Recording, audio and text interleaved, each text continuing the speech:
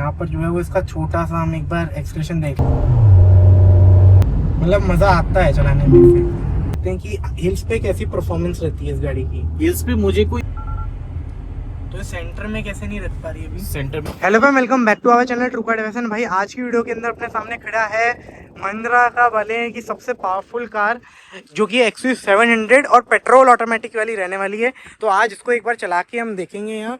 तो इसमें जल्दी से हम जो है वो बैठते हैं और इसको आज जो है वो हम देने वाले हैं ड्राइव रिव्यू। यहाँ पर जो है वो हम इसे चला के देखने वाले 200 bhp के पावर निकाल देते हैं। टॉर्क भी अच्छा खासा है आता है इसका। तो इसको जो है वो हम अभी चला के देखेंगे कि कितनी इसके अंदर जो है वो पावर है और मेनली सिटी ड्राइविंग के लिए कैसी है वो देखेंगे। माइलेज भी इसकी हमने जो है वो रीसेट करी थी, तो अभी 9.6 हमने करी है इसकी माइलेज। आगे देखते हैं कितनी ये माइलेज यहाँ पर देती है ना। अर्गोनॉमिक्स वगैरह इसके अच्छे हैं काफ़ी गाड़ी के, और यहाँ पर आर्मरेस्ट पे रखे रखे ही नॉब भी हाथ में आ रहा है इसका। पैर भी यहाँ पर सही से पहुँच रहे हैं बिल्कुल। स्टीयरिंग व्हील बताऊं तो इनिशियल भी बहुत ज़्यादा लाइट है। तो अब जो है वो यहाँ पे हम चलते हैं। इलेक्ट्रॉनिक पार्किंग ब्रेक इसकी आती है, आपको ऐसे लगानी है और ऐसे हट जाती है ये वाली। अभी हम यहाँ पर जो है वो चलते हैं फिलहाल। थोड़ी सी ना इस यूनिट में मैंने देखा एक चीज़ जो आज ही ओनर को भी पता चली कि हल्की सी ना ये 5 की स्पीड के नीचे और 0 से ऊपर थोड़ी सी ना वाइब्रेशन कर रही है ये गाड़ी। अब वो कुछ कह रहे हैं कि एडिटिव डाला था उसके कारण से हुआ है, बट वो हम देखेंगे। बट फर्स्ट ऑफ ऑल अभी हम जो है वो फिलहाल ध्यान देंगे गाड़ी को चलाने में। यहाँ तो सीट भी थोड़ी सी मैंने ऊपर कर ली गाड़ी की। चलिए, तो पावर का पंच काफ़ी ज़्यादा है अच्छा। गियर शिफ्टिंग भी फील नहीं हो रही और एक अच्छा खासा पुशबैक आपको गाड़ी के अंदर मिलेगा। मुझे ये लगा थोड़ा सा एक चीज़ पेडल के हिसाब से, जो पेडल है ना वो थोड़े से ज़्यादा मुझे लाइट लगा ब्रेक का। जैसा टाइट होता है ना वैसा वाला मुझे ना नहीं लगा इसका। लाइट काफ़ी ज़्यादा है, मतलब थोड़ा सा वो आदत पड़ जाती है, बट एज कम्पेयर्ड अगर हम देखें माइलेज देख लेते हैं। वो तो टच होगी होंडा सिटी, इसकी तो कोई भी टच नहीं होगा और खुशी आ जाती है इसको दबाते इसका पंजा। वो पावर है इसमें, माइलेज का है थोड़ा सा, बट ये कि पावर आपको पूरी देगी। आपको ऐसा नहीं लगेगा यार कि बस क्रेटा की तरह की बस भाई तेल पिए जा रही है, ऐसा फील नहीं आएगा। तेल पिए जा रही है, पावर है नहीं, ऐसा बिल्कुल भी फील नहीं आएगा गाड़ी में। 2000 सीसी का एम स्टेलियन पेट्रोल इंजन है और सबसे हाईएस्ट ट्यून स्टेट में इसमें आता है। और सबसे बेस्ट परफॉर्मेंस और स्टेबिलिटी बहुत अच्छी है गाड़ी की, क्योंकि मोनोकॉक गाड़ी है। बाकी जितनी भी इनकी आती है बॉडी ऑन फ्रेम है, वो चाहे रॉक्स की बात करो या एन की बात करो, सारी बॉडी ऑन फ्रेम है। तो उसमें ना पावर अच्छी है, बट इतनी ज़्यादा बेस्ट स्टेबिलिटी नहीं प्रोवाइड कर पाते जितनी अच्छी पावर है। और यहाँ पे देखो ये सेडान का ना लोग कहते हैं सेडान का, सेडान इसलिए देखो नहीं लेते लोग। अभी इसकी टच हुई आगे तो इन्होंने टेढ़ी करके निकाली है बगले पे। इसमें टच का तो कोई दिक्कत नहीं आएगी आपको। हॉर्न भी बहुत अच्छा है गाड़ी का। एसी जो है वो भी बहुत अच्छा चल रहा है। जब से हम बैठे हैं गर्मी बहुत ज़्यादा है, 40 डिग्री सेल्सियस बाहर हुआ है। और मतलब और एक और ये चीज़ लगती है इसकी इंडिकेटर की आवाज़। अगर आप सुनेंगे तो इंडिकेटर की आवाज़ काफ़ी ज़्यादा अच्छी है इसकी। और इसके साथ ही यहाँ पर ये ब्लाइंड व्यू मॉनिटर इसे कहते हैं, ये भी आपको दिखता है। कैमरे के नीचे का कैमरा ऑन हो जाता है ORVM के नीचे का एक्चुअली। यहाँ पर अगर आप देखेंगे तो आप देख सकते हैं कितना पावर है और गियर शिफ्ट फील नहीं हो रहा एकदम। अगर मैं RPM में देखूँ तो मुझे पता भी ना चले, बस आवाज़ से पता चल रहा है कि गियर शिफ्ट हो रहा है। कोई फील नहीं है गियर शिफ्ट होने में, बहुत स्मूथ। ऑटोमेटिक तो पहले भी सुना ही होगा सबने कि महिंद्रा ने है तो ये वही एसेंस को सोर्स्ड है जो आपका मारुति भी देता है, टोयोटा देता है, सारे यही देते हैं। बट ये कि इन्होंने अपने हिसाब से जो ट्यून किया ना वो लाजवाब है गाड़ी का। ओए होए पावर बहुत कर रखी है। लाइट फुट चलाओगे तो इसकी माइलेज आपको सिटी में ऐसे वाली, अगर सिटी में चलाओगे जिसमें थोड़े बहुत खुली है रोड, तो आपको दे देगी फिर भी 9 की। बट हाँ, जैसे उन्होंने बताया कि दिल्ली में चलेगी, ट्रैफिक की रहता है हर जगह, वहाँ तो आपकी 7-8। बाकी अगर किसी को दिल्ली में हालांकि दे रही है ज़्यादा तो प्लीज़ कमेंट में बताइए। एक चीज़ है कि ग्लॉसी फिनिशन है, जैसे इसके यहाँ पर अगर आप देखोगे जो स्टेन माउंटेड कंट्रोल है, इनके ऊपर ना ग्लॉसी फिनिश से यही इशू है कि जैसी धूप पड़ेगी मिट्टी बहुत ज़्यादा दिखती है।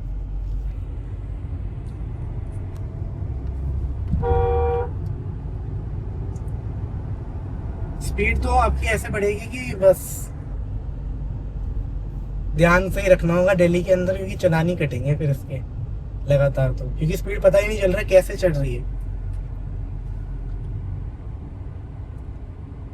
मेरे हिसाब से महिंद्रा को इसके अंदर HUD देना चाहिए था, क्योंकि स्पीड ना इसमें बहुत तेज चल रही है। तो अगर आप आगे देखते रहेंगे तो पता भी नहीं चलेगा कब आपकी स्पीड ट्रिपल पहुंच जाएगी सिटी के अंदर ही। कैबिन नॉइज भी बिल्कुल नहीं है, बस हाँ वो है कि शॉकर के अंदर ना जो सस्पेंशन है उसमें कट आवाज सबको पता है, XUV में वो पहले से प्रॉब्लम है, तो वो वाली बस एक आती है। इलेक्ट्रॉनिक ग्लिचेस जो हैं वो एक इस गाड़ी के अंदर, इस यूनिट में तो फिलहाल बस एक बार स्क्रीन में आया था जो ओनर था उन्हें, उसके अलावा तो नहीं आया था। बाकी 8.3 की अभी ये माइलेज दे रही है, हम तो बिल्कुल माइलेज के हिसाब से अभी नहीं चला रहे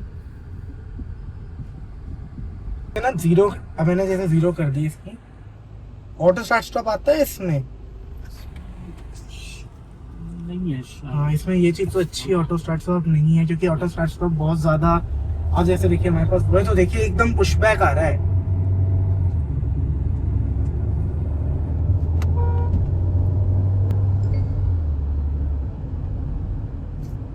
मतलब मजा आता है चलाने में से। एलेक्सा यहाँ पर ऑन हो जाता है कभी भी। Sorry, I didn't get that. The internet isn't reachable. बाकी स्टीयरिंग रिटर्नेबिलिटी तो यहीं से मुझे दिख रही है कि बहुत बढ़िया रहने वाली है इसकी। ये देखिए अपने आप सेंटर में आ जाते हैं। स्टीयरिंग का अगर मैं बताऊं तो बात मान रहा है या नहीं वो देखें तो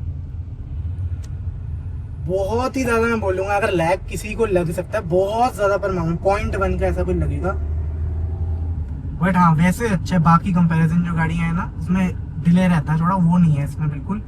और ब्रेकिंग भी अगर मैं देखूँ तो सही है, ब्रेकिंग भी, आपको ब्रेकिंग में इश्यू नहीं आएगा इस गाड़ी के। पावर जैसी है उस हिसाब से आपको ब्रेक मिल जाएगी कि हाँ टाइम मिल जाएगा आपको रोकने का गाड़ी।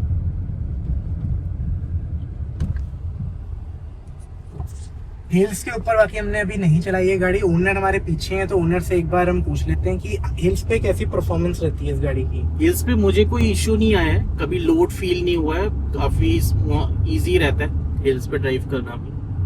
एंड ट्रांजिशन जो गियर की है वो इजीली अडेप्ट कर लेती है, जो भी रिक्वायरमेंट है उस टाइम इंजन की हिल्स पे चलते हैं। तो टॉप कन्वर्टर बिल्कुल अच्छा काम कर रहा है इसका। और अगर आप देखेंगे तो 60 के ऊपर ना 2000 से नीचे चल रही है। अब आप टर्बो इंजन लोगे हर हमेशा तो भगाओगे नहीं। अब हमें तो क्या है कि अभी रिव्यू के लिए मिली है गाड़ी, तो हम फिर इसलिए खींच रहे हैं 70 की स्पीड, वरना इतना इंसेन एक्सेलरेशन जो रख लेगा गाड़ी, आप कितने दिन कर लोगे, थोड़े दिन करोगे, फिर आपको स्मूथ चलानी है। उस हिसाब से आपको अगर आप खुली सिटी में चलाते हो ना तो आपको अच्छी माइलेज दे देगी, एटलीस्ट साइज के हिसाब से गाड़ी की आपको ठीक मिलेगी। क्रेटा NA इंजन जो है वो आपको सिटी के अंदर कितनी 7-8 की माइलेज देता है, 8, 9, 10 मैक्सिमम, उस हिसाब से ये अच्छी दे रहा है। पावर आप देखो ना, पावर बहुत ज्यादा अच्छी है। जो 1.5 टर्बो इंजन है उससे भी बहुत बढ़िया आपको पावर मिल रही है।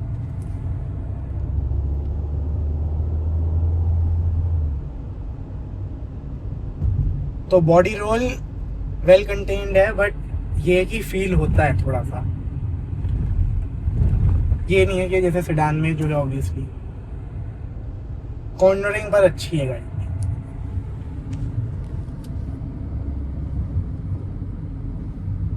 और गियर शिफ्ट में ऐसा नहीं लगता है कि ऐसे जा रही है फिर शिफ्ट हो रहा है, फिर जा रहा है फिर शिफ्ट हो रहा है, टॉप कन्वर्टर जैसा रहता है यूजुअल उसकी तरह, ऐसा कुछ भी नहीं लग रहा है। एडास वगैरह भी गाड़ी में आता है, बट हम वो चेक अभी करेंगे नहीं, क्योंकि एडास वैसे भी ऑफ है इस गाड़ी का, जो सबसे सही चीज़ है। यहाँ पर जो है वो इसका छोटा सा हम एक बार एक्सप्रेशन देख लेते हैं। ऐसा नहीं है कि 0 to 100 या फिर 0 to 80, जितनी जो पहुँच जाएगी 50-60 उतने में। ये ब्रेक में हल्की सी आवाज़ है, ये ब्रेक में इसमें हल्की सी आवाज़ है। इधर व्हील स्पिन मारेगा, इधर से लूप सेट।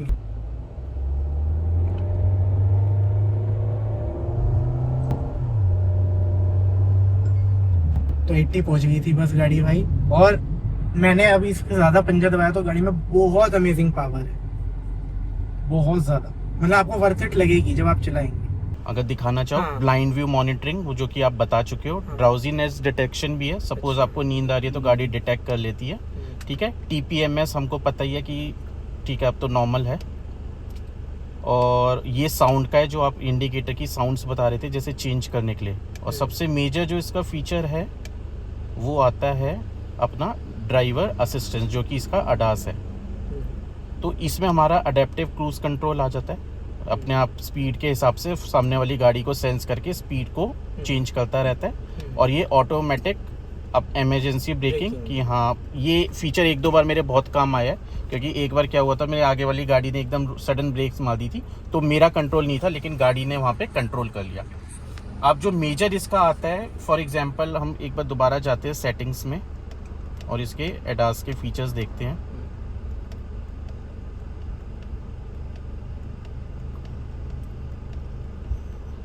ओके, सो इसमें एक फीचर आता है एडास में, ऑटो पायलट।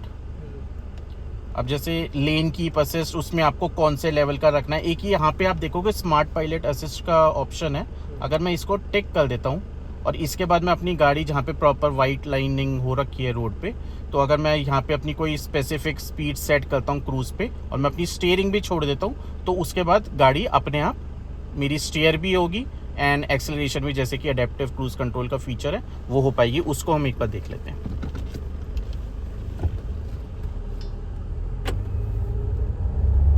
प्लस असिस्ट कर देते हैं। ओके, असिस्ट भी करेगा, वार्निंग भी देगा। बिल्कुल, ठीक है। अब इसको हम आ जाते हैं मिरर्स पे। और मिनिमम क्रूज कंट्रोल कितने पे लग जाता है इसका? आई थिंक Minimum 50 है। 50 है? कम ही कम होगा, कम होगा। ठीक है, तो अभी हम इसको करते हैं। अभी वाइट लाइनिंग हमारे पास है।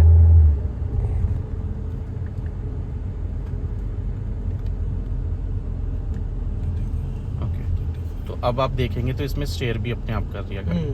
मेरे पैर भी हटे हुए हैं, मेरे हाथ भी हटे हुए हैं, तो ये अपने आप लेन डिटेक्ट कर रही है और ये अपने आप स्टीयर करता रहेगा।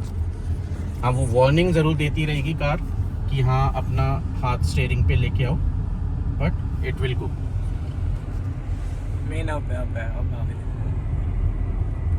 आप ले लेना, ये था। अभी इधर जा रही है तो दोबारा अपने आप ले लेगी।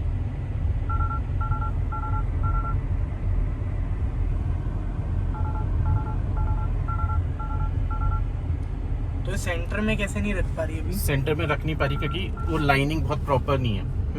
हो जाएगी, ज्यादा हो जाएगी। चौड़ी है अब हो गई, देखो मैंने नहीं करी। हाँ। ज्यादा चौड़ी भी है, राइट। और सबसे मेन अगर आप देखोगे ना, ये वाली है कॉन्टिन्यूटी वाली लाइंस नहीं है, डॉटेड वाली लाइंस है, वैसी है। और यहीं से हम इसका जो नॉर्मल क्रूज में रहता ही है, यहाँ से अपनी स्पीड वगैरह बढ़ानी है तो वो भी कर सकते हैं। ऑटोमेटिक के साथ आता है ना एडेप्टिव वाला।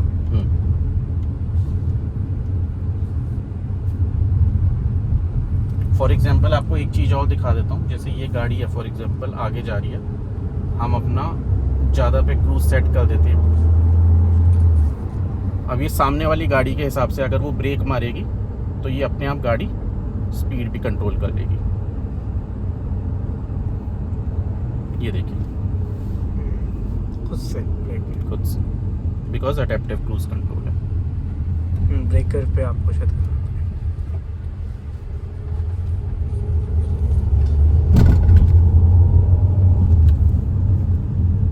अब अपने आप कंट्रोल करती रहेगी। वो गाड़ी की स्पीड बढ़ेगी तो इसकी भी स्पीड बढ़ जाएगी। अब जैसे 39-40 पे आ गई है, अब धीरे धीरे इंक्रीज हो रही है।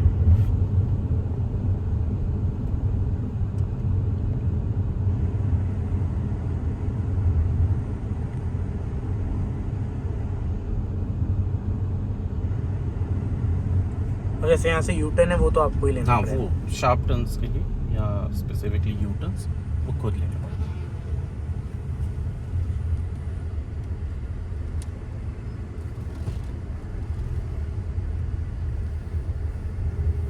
यहाँ पे इमरजेंसी ब्रेकिंग वगैरह जो है ना वो होता होगा, है ना दिक्कत, अगर सिटी में ऑन रखो तो। हाँ, बहुत उससे दिक्कत हो जाती है। और इसमें ना अलग अलग लेवल्स हैं, किस लेवल की आपने इमरजेंसी रखनी है, अर्ली, लेट या नॉर्मल।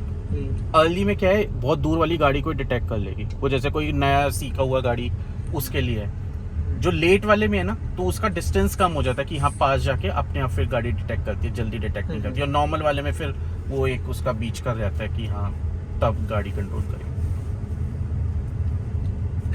वीडियो देखने के बाद भी अगर आपको कोई कन्फ्यूजन रह गई हो कि कौन सी गाड़ी लेनी चाहिए, कौन सी नहीं लेनी चाहिए, तो आप जो स्क्रीन के ऊपर नंबर दिख रहा है इसके ऊपर आप व्हाट्सएप कर सकते हैं, हमारी कार कंसल्टेशन सर्विस ले सकते हैं फ़ोन कॉल वाली, जिसमें आपके हम सारे के सारे डाउट्स क्लियर करने की पूरी की कोशिश करेंगे। कंक्लूजन की तरफ बढ़ता हूँ मैं, तो इसके ऊपर मैं ये बोलूँगा कि अगर आप जो है वो एक गाड़ी लेने का प्लान कर रहे हैं तो आप एक बार इसको ज़रूर से चेकआउट करके आ सकते हैं। फ़ेल ये कुछ भी नहीं होती है टेस्ट में।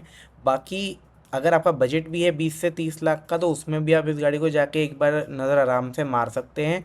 मुझे गाड़ी जो है वो चला के थोड़ा सा यही लगा कि गाड़ी जब थोड़े बुढ़ापे में अपने आ रही है, जैसे 2-3 साल पुरानी ये हो चुकी है, तो उस टाइम में मुझे ये लगा गाड़ी में जैसे हल्की सी वाइब्रेशन है इनिशियल स्पीड पे, गाड़ी के अंदर जो है वो जैसे ब्रेक पेडल था तो वो थोड़ा सा मुझे लूज टाइप का लगा, सस्पेंशन में आवाज़ है, इलेक्ट्रॉनिक ग्लिच इसमें तो चलो नहीं थे बट एक बार स्क्रीन में आया था।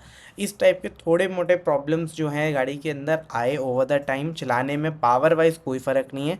तो जो बंदे बिल्कुल चाहते हैं कि एक बड़ी गाड़ी मिले, पावर मिले, माइलेज का इतनी टेंशन नहीं है, तो आप इस गाड़ी को पक्का जाके देख सकते हैं। सिटी पर्पस से अगर कोई ये गाड़ी ले रहा है और एक प्राइमरी गाड़ी ले रहा है और आपकी इस महीने की रनिंग जो है वो 300-400 किलोमीटर से ज़्यादा है, तो मेरी तरफ से ये गाड़ी नहीं लेनी चाहिए।